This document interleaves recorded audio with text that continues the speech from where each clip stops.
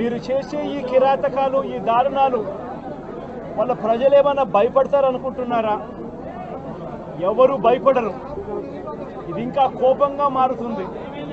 ఇది ఇంకా కోపంగా మారి చంద్రబాబు నాయుడు గారిని, తెలుగుదేశం పార్టీని రెండింటినీ కూడా బంగాళాఖాతంలో కలిపే పరిస్థితులు కూడా దారితీస్తాయి.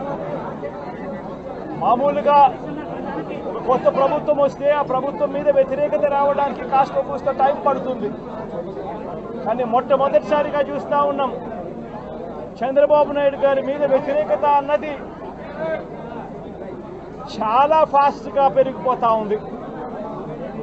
నిజంగా ముఖ్యమంత్రిగా ఉన్న వ్యక్తి గవర్నెన్స్ మీద ఫోకస్ పెట్టాల్సింది పోయి ఏం చేస్తూ ఉన్నాడు అన్నది ఒక్కసారి తనను తాను ప్రశ్నించుకోవాలి అని అడుగుతా ఉన్నా. ఇలాగైతే తొందరలో కూలిపోతుందని కూటమి ప్రభుత్వంపై జగన్ వ్యాఖ్యలు. ఏపీ వచ్చిన జగన్ మీడియాతో మాట్లాడుతూ త్వరలోనే కూటమి కూలుతుందని వార్నింగ్. వైసీపీ అధినేత మాజీ సీఎం జగన్ సంచలన వ్యాఖ్యలు చేశారు. రాష్ట్రంలో కూటమి ప్రభుత్వం త్వరలో కూలిపోతుందన్నారు. తమ ప్రభుత్వం ప్రశ్నించకూడదన్న ధోరణిలో చంద్రబాబు వ్యవహరిస్తున్నారని, అందుకే అందరినీ భయపెట్టి పాలన చేస్తున్నారని మండిపడ్డారు. ఇదే కొనసాగితే చంద్రబాబుతో సహా కూటమి ప్రభుత్వం బంగాళాఖాతంలో కూలిపోవడం ఖాయమని జగన్ వ్యాఖ్యానించారు. చంద్రబాబు భయపెట్టి పాలన సాగించాలని అనుకుంటున్నారు. అదే చేస్తే, ఇలాంటి పనులు కొనసాగిస్తే చంద్రబాబును, టీడీపీని కూడా ప్రజలు బంగాళాఖాతంలో కలిపే పరిస్థితులు వస్తాయని జగన్ అన్నారు. సీఎం చంద్రబాబుపై ప్రజల్లో విరక్తి ఏర్పడిందని జగన్ వ్యాఖ్యానించారు. సహజంగా ఒక ప్రభుత్వంపై వ్యతిరేకత వచ్చేందుకు కొంత సమయం పడుతుంది, కానీ చంద్రబాబు సర్కారులో ప్రజల్లో అత్యంత స్వల్పకాలంలోనే విరక్తి వచ్చిందని జగన్ చెప్పారు.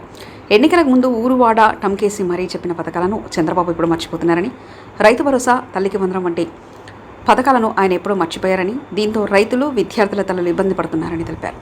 మంగళవారం విజయవాడకు వచ్చిన జగన్ ఇక్కడ ఓ ఆసుపత్రిలో చికిత్స పొందుతున్న వైసీపీ కార్యకర్తను ఆయన పరామర్శించారు.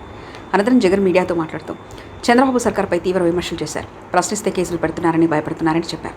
ప్రశ్నించే వారిపై దాడులు చేయడం తప్పుడు సాంప్రదాయమని జగన్ చెప్పారు. దీన్ని తక్షణమే నిలుపుదల చేయాలన్నారు. రాష్ట్రంలో సాధారణ ప్రజలు జీవించలేని పరిస్థితులు వచ్చాయన్న ఆయన శాంతి భద్రతలు ఎక్కడున్నాయని నిలదీశారు. వైసీపీ కార్యకర్తలతో సహా మహిళలపైన కూడా అగత్యాలు పెరిగిపోయాయని దుయ్యబట్టారు. రాష్ట్రంలో జరుగుతున్న దారుణాలపైన, దాడులపైన దేశవ్యాప్తంగా ఆందోళన చేసేందుకు సిద్ధమవుతున్నట్లు జగన్ చెప్పారు. ఇటీవల నంద్యాలలో దారుణ హత్యకు గురైన సుబ్బారాయుడు కుటుంబాన్ని పరామర్శిస్తానని చెప్పారు. రాష్ట్రంలో జరుగుతున్న దారుణాలపై తాను హైకోర్టు, అవసరమైతే సుప్రీంకోర్టు కూడా వెళ్ళిపోరాడతానని జగన్ చెప్పారు.